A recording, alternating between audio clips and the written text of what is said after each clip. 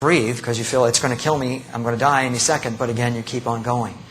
And besides that, there's not enough air to breathe. So you don't have enough air. It's not like you can take a breath, deep breath like here. It's hardly any air at all. So each breath I took, I had to breathe like this. It was like,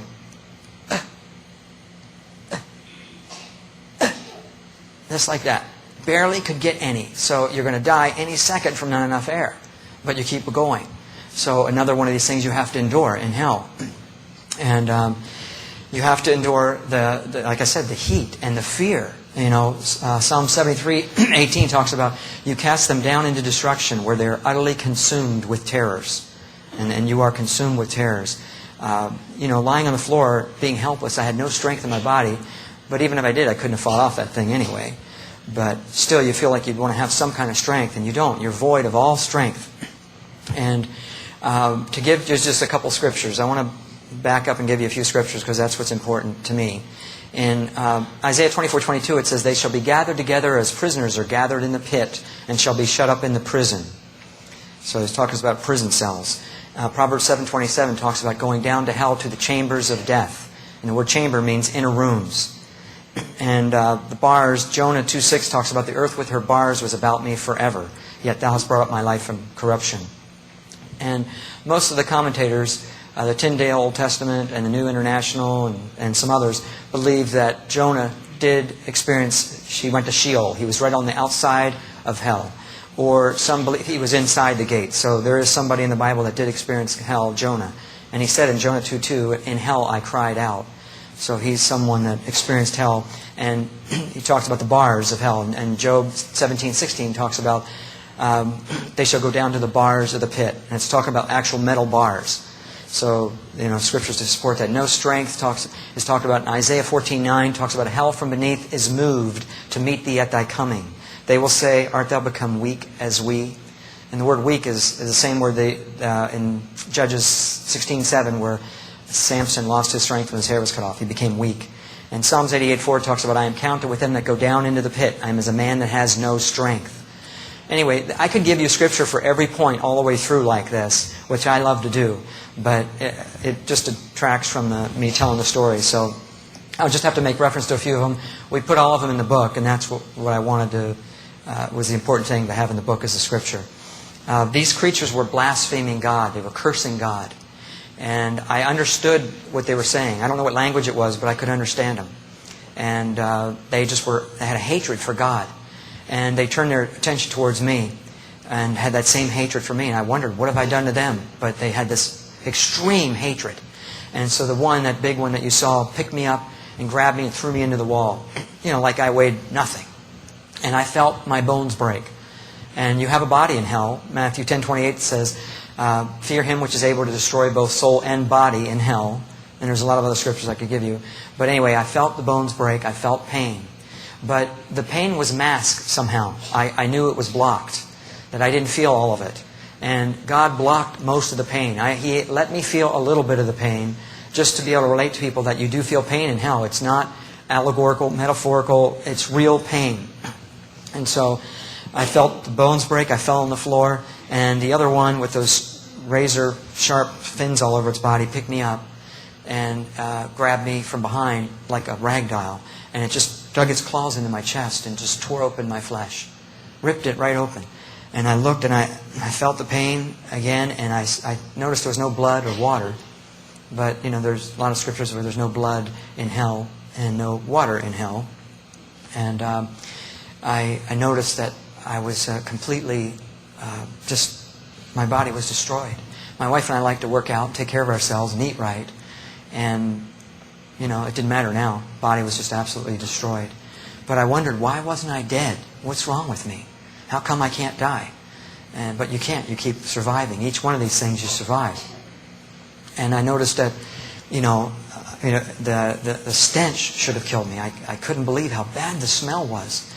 I went to crawl out of the cell, and apparently they let me. About then it went dark. And so I believe the Lord's presence left, and it resumed its normal state. Because, without the Lord there, it would have been dark, totally dark, and I wouldn't have been able to see anything, so I couldn't describe it to you. So when I got out of the cell, it was absolutely pitch black, like a darkness which was beyond any darkness you could imagine. And I've been in some coal mines in Arizona and so forth, where it's way down deep dark. This was different than that. It was an evil presence about the darkness, an eeriness. You know, Exodus 10:21 talks about a darkness which may be felt. You could feel the darkness, and it was evil. Again, enough to terrify you, and just the fear should kill you.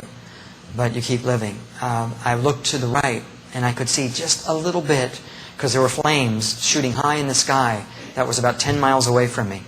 I knew it was 10 miles away. I don't know how I knew, but again, there's certain things you know in hell. Your senses are keener. You have a little better understanding than you would here. And even Erwin Lutzer, one of the scholars of today, who wrote a book, 1 Minute After You Die, he even said those in Sheol have heightened perceptions and a better understanding. And he's a scholar. I don't know how he determined that, but it's true, you do. So I knew that the flames were about 10 miles away, and it lit up the skyline just a little bit.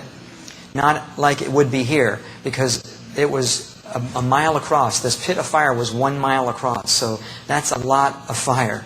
It would light up the whole area if it was here on Earth. But down deep in the earth, the light did not travel. So I could just see barely, and it was all desolate, barren wasteland. Nothing. No greenery, not one green thing. Just rock, barren, desolate. There's scripture for all that. Isaiah 59:10 talks about we are in desolate places as dead men. And so one of these creatures grabbed me and dragged me back into the cell. And this one began to crush my head. And it just crushed my head flat. Now, how would I live with my head flattened? I don't know. I don't know if it resumed or what, but I felt my head get crushed. And again, I know the pain was masked. It was blocked. It would have been way worse than what I felt. But the Lord allowed me to feel some of it, to explain to people that there is pain. But anyway, there was two more that walked into the cell. I didn't see them because it was dark, but I just knew there were two more. And they each grabbed an arm and a leg, and were going to tear my legs and arms off. And I just thought, I can't take this. I can't take this. And right then, something grabbed me and pulled me out of the cell and placed me over next to that pit of fire that I saw. And so I was so glad to be rescued out of that pit. For a second, I had some peace. And it was the Lord, of course, that took me out of there, but I didn't know that then. So as I was placed over by the pit of fire, then I could see all the people. There were people inside the pit, screaming, people burning. And I could see the outlines of people, their skeleton form. It would just look like skeletons. I couldn't tell if there was any flesh on the people, just like skeleton forms. And they were all adult size in skeleton forms. I didn't see that there were any small frames of people, so I believe there were no children there. And also the screams were all screams of adults. You could tell the difference in the kid scream. And it was deafening. The screams were so loud because there's millions of people there. So, have you ever heard one person scream? How irritating that can be, someone scream in terror? Okay, well, imagine millions and millions of people screaming in terror. It's terrible. And it was so deafening, I wanted to stop, but you can't get away from the screams and the sounds.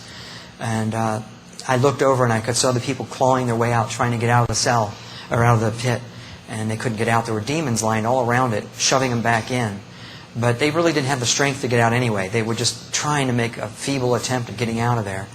And they were being shoved back in. I didn't want to be thrown into the fire. It was hot already. But I didn't want to be thrown in the fire. That's got to be the worst thing. And there's lots of scripture on the fire in hell. Okay, now some say it's metaphorical. It's not real flames.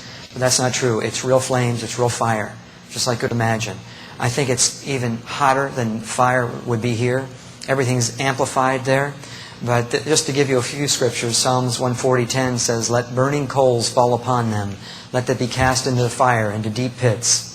Matthew 13:49 says, "The angels shall sever the wicked from the just and cast them into